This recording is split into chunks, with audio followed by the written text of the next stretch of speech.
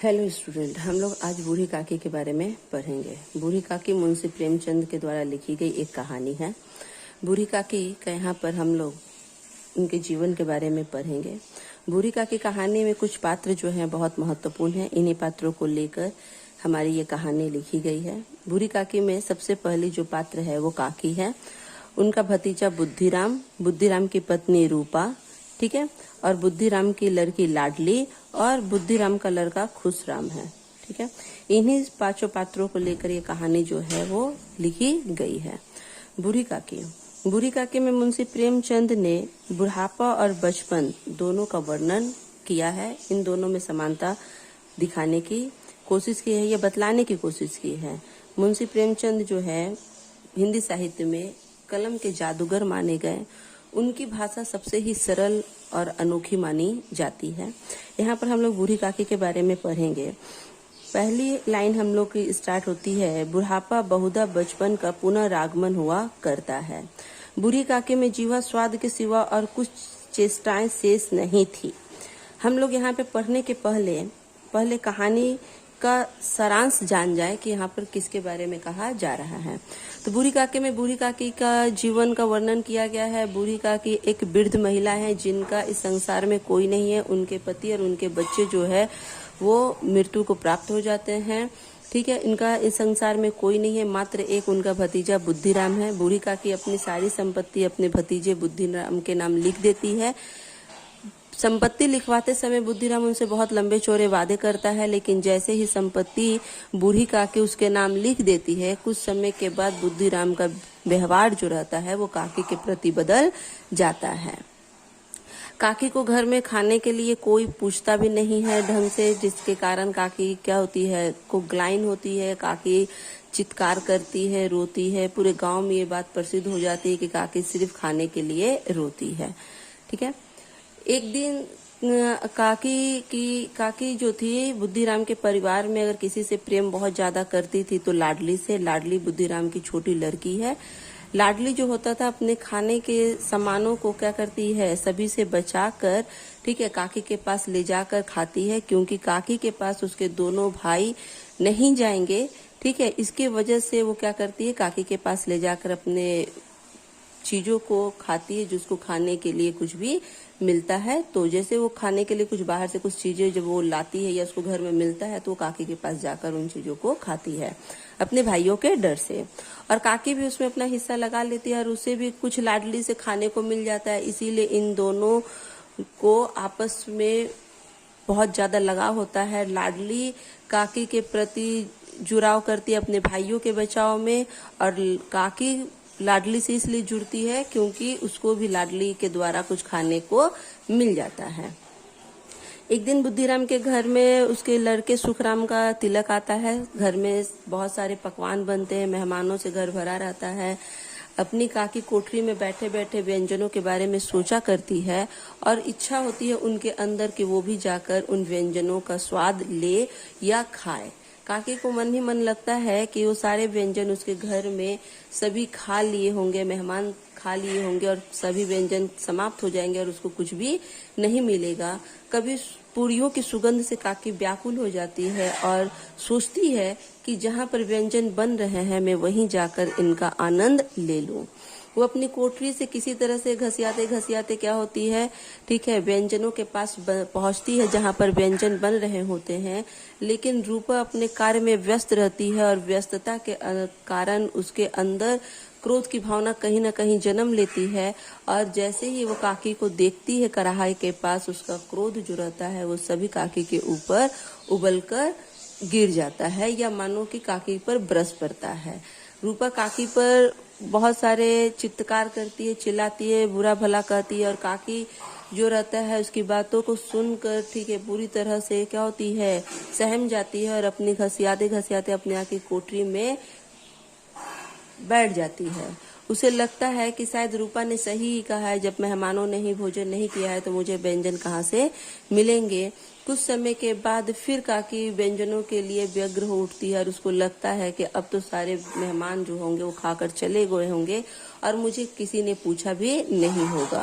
वो अपनी व्यग्रता के कारण फिर से अपनी कोठरी से निकलती है और मेहमानों के बीच घसीटते घसीटते पहुंच जाती है। ठीक है, जब मेहमान उसको देखते हैं तो वो चिल्लाना शुरू कर देते कि बुढ़िया कौन है, कहाँ से आ गई।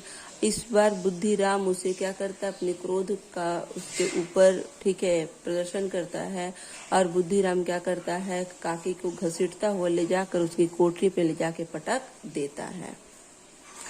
काकी बुद्धिराम के घसीट के लाने पर और उसके द्वारा पटके जाने के बाद काकी पूरी तरह से मूर्छित हो जाती है और अपनी कोठरी में पड़ जाती है।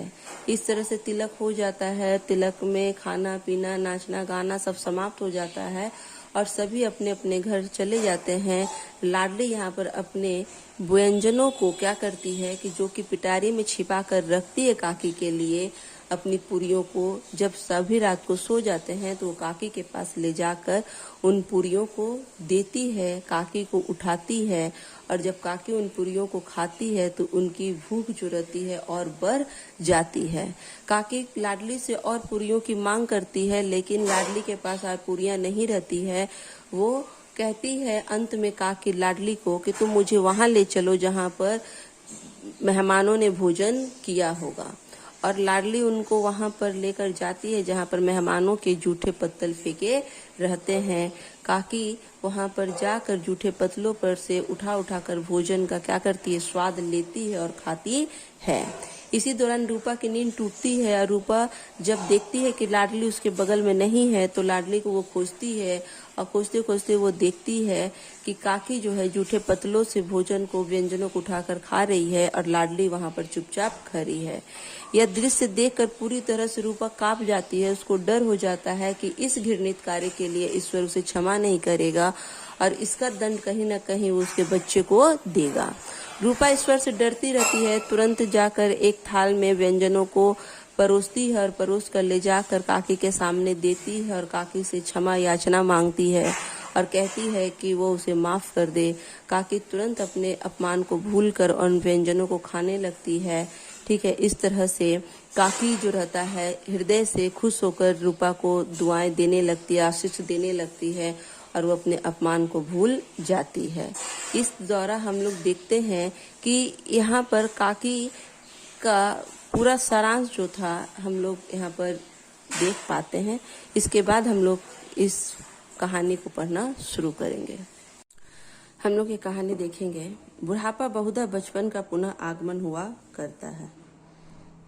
बुढ़ापा बहुधा बचपन का पुनरागमन हुआ करता है। बूढ़ी काकी में जीवा स्वाद के सिवा और कुछ चेष्टाएं शेष न थी। बूढ़ी काकी बूढ़ी हो चुकी थी। बुढ़ापे में खाने के सिवा और जीवन में कोई अंतिम इच्छा नहीं होती है। ठीक है, तो यहाँ पर बूढ़ी काकी के लिए भी जो था आनंद का स्रोत सिर्फ उनका जीवा स्वाद ही था और न अपने कष्टों की ओर आकर्षित करने का रोने के अतिरिक्त दूसरा ही कोई सहारा। ठीक है, चूंकि वो अपने कष्टों को व्यक्त करने के लिए एकमात्र चीज का सहारा लेती है, क्या, रोना। वो रो कर ही अपने कष्टों को क्या करती है, कम करती है। समस्त इंद्रियां, नेत्र, हाथ पैर जवाब दे चुके थे काकी के। पृथ्वी पर पड़ी रहती थी और घर वाले कोई बात उनकी इच्छा के प्रतिकूल करते या अपने भोजन का समय टल जाता और उसका परिणाम पूर्ण ना होता अथवा बाजार से कोई वस्तु आती और उन्हें ना मिलती तो वह रोने लगती थी। ठीक है, बूढ़ी काकी जो है, ठीक है, क्या होता था कि बाजार से कोई वस्तु आए और उनको खाने के लिए ना दिया जाए या भोजन का समय बीत जाए और उनको कोई भोजन के लिए ना पूछे तो वो रोना शुरू कर देती थी। उनका रोना सिसकना साधारण ना था बल्कि वो गला फाड़ फाड़ कर रोती थी। उनके पतिदेव को स्वर्ग सिधारे कालांतर हो चुका था। उनके पति जो थे वो मर चुके थे, गुजर चुके थे। बेटे तरुण होकर चल बसे थे। अब एक भतीजे के सिवा और कोई ना था। बूढ़ी काकी का इस संसार में बुद्धिराम के सिवा और कोई दूसरा ना था। उसी भतीजे के नाम उन्होंने अपनी सारी संपत्ति लिख दी। भतीजे ने संपत्ति लिखाते समय तो खूब लंबे चौड़े वादे किए। बुद्धिराम काकी का एकमात्र भतीजा था इस संसार में। संपत्ति लिखाते समय बुद्धिराम ने काकी से बहुत लंबा चौड़ा वादा किया, लेकिन जैसे काकी ने अपनी सारी संपत्ति लिख दी, कुछ समय के बाद बूढ़ी काकी पर से बुद्धिराम का ध्यान जो था वो धीरे धीरे हटने लगा और बुद्धिराम काकी का ख्याल रखना कम कर देता है या माने कि पूरी तरह से खत्म कर देता है। परंतु ये सब वादे केवल कुल्ली ठिप्पो के दलालों के दिखाए हुए सबज बाग थे। ठीक है, बुद्धिराम संपत्ति लिखाने के पहले काकी से बहुत लंबा चौड़ा वादा करता है, लेकिन जैसी संपत्ति लिख जाती है धीरे धीरे वो अपने वादों को भूलना शुरू कर देता है। यद्यपि उस संपत्ति की वार्षिक आय 150 रुपए से कम न थी। उस संपत्ति से बुद्धिराम को, ठीक है, वार्षिक कितनी आय होती थी? 150 रुपए की वार्षिक आय होती थी। तथापि बूढ़ी काकी को पेट भर भोजन भी कठिनाई से मिलता था। बुद्धिराम काकी की संपत्ति से तो कमा खा रहा था, लेकिन उस संपत्ति से उनको भर पेट भोजन भी नहीं देता था। काकी की संपत्ति से बुद्धिराम को 150 रुपए वार्षिक आय होती थी, लेकिन फिर भी काकी को वह भरपेट भोजन नहीं दे पाता था या नहीं देता था। इनमें उनके भतीजे पंडित बुद्धिराम का अपराध था अथवा उनकी अर्धांगिनी श्रीमती रूपा का इसका निर्णय करना सहज नहीं है। इसमें किसका अपराध था कि जिसकी संपत्ति से बुद्धिराम कमा खा रहा था, उसकी संपत्ति के मालिक को ही वो भरपेट भोजन नहीं देता था? इसमें किसका अपराध था, रूपा का कि बुद्धिराम का? बुद्धिराम स्वभाव से सज्जन थे, किंतु उसी समय तक जब तक कि उनके कोष पर कोई आंच न आए। बुद्धिराम सज्जन थे तब तक जब तक पैसे खर्च की बात न आए। रूपा स्वभाव से तीव्र थी सही, पर ईश्वर से डरती थी। ऐतवे बुरी काकी को उसकी तीव्रता उतनी न खलती थी जितनी बुद्धिराम की भल मन सहता। काकी को बुद्धिराम की जो क्या थी, भल मन सहता थी, ठीक है, मतलब जो भोलापन या दिखावापन था वो काकी को बहुत ज्यादा ही क्या होता था, कष्टदायक लगता था। बुद्धिराम को कभी कभी अपने अत्याचार पर खेद होता, खेद मतलब दुख होता बुद्धिराम को। विचारते कि इस संपत्ति के कारण मैं इस समय भला मानुष बना बैठा हूँ।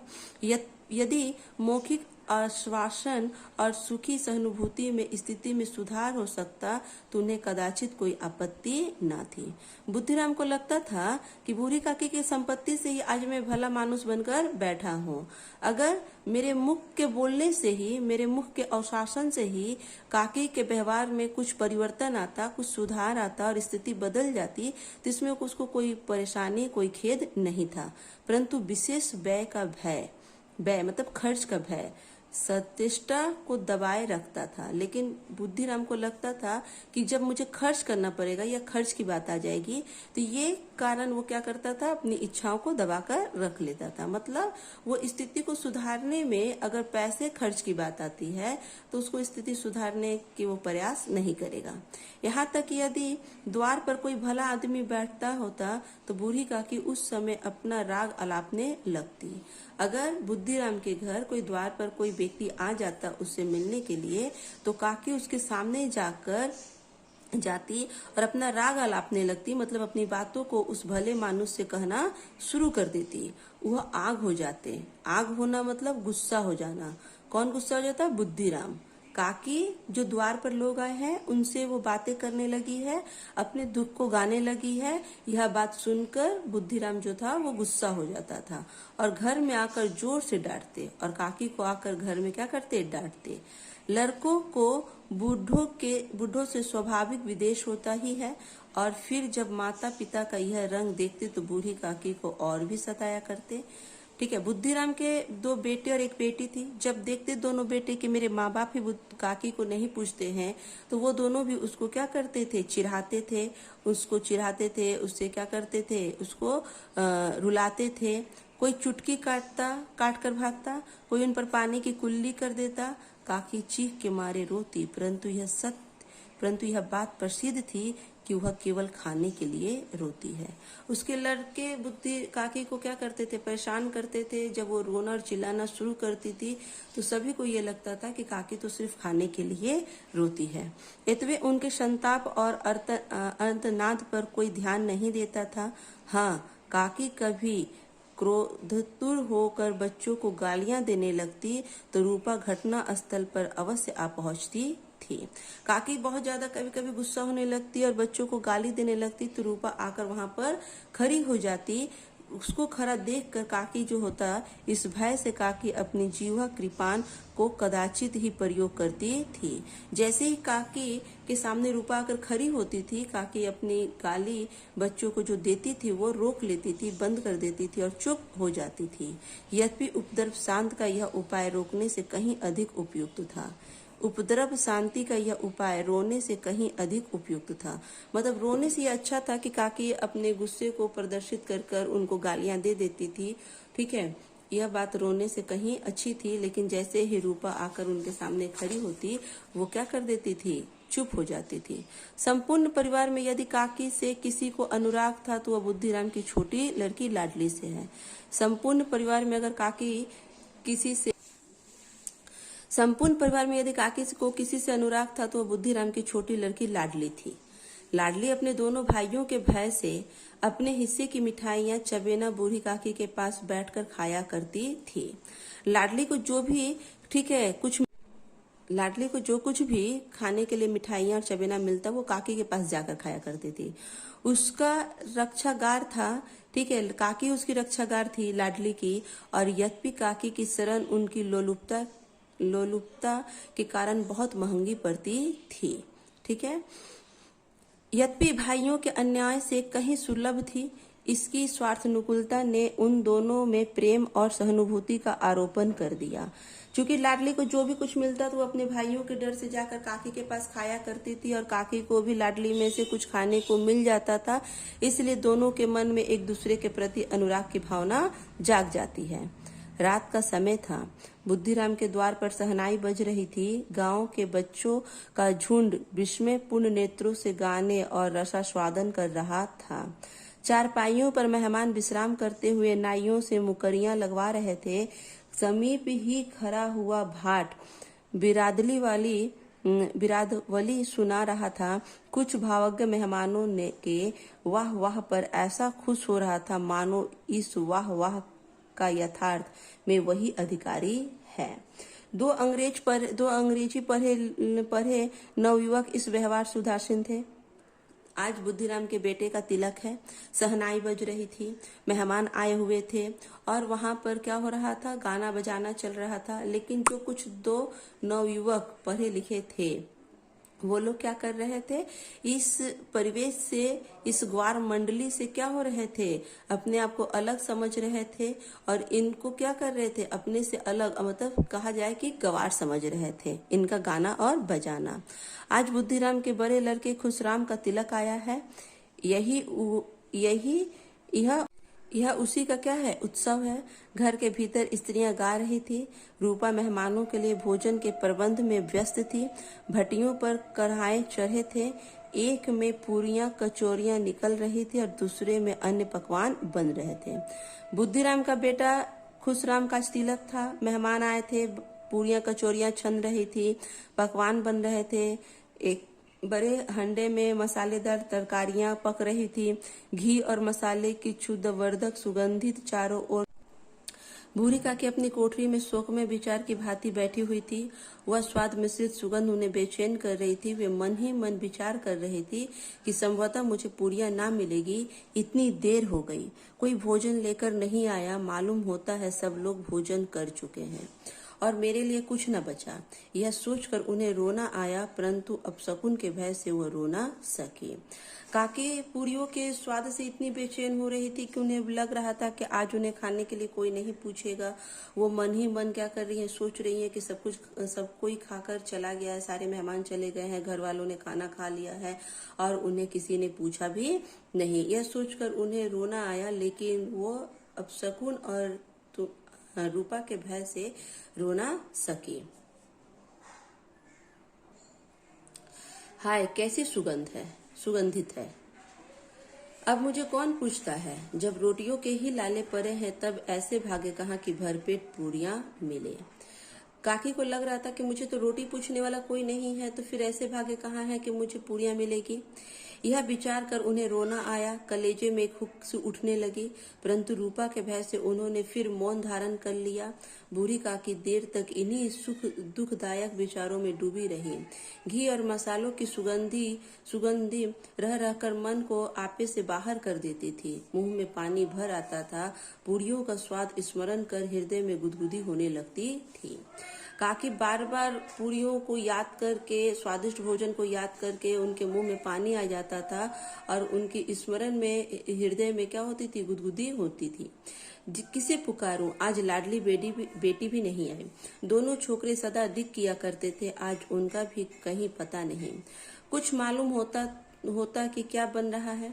बूढ़ी काकी की कल्पना में पूरियों की तस्वीर नाचने लगी। खूब लाल लाल, फूली फूली, नरम नरम होगी। रूपा ने भली भांति मोयम दिया होगा। कचोरियों में अजवाइन और इलायची की महक आ रही होगी। एक पूरी मिलती तो जरा हाथ में लेकर देखती, क्यों ना चलकर कढ़ा के सामने ही बैठूं। पूरियां छन छन कर तैरती होंगी, कढ़ा से गरम गरम निकल कर थाल में रखी जाती होंगी।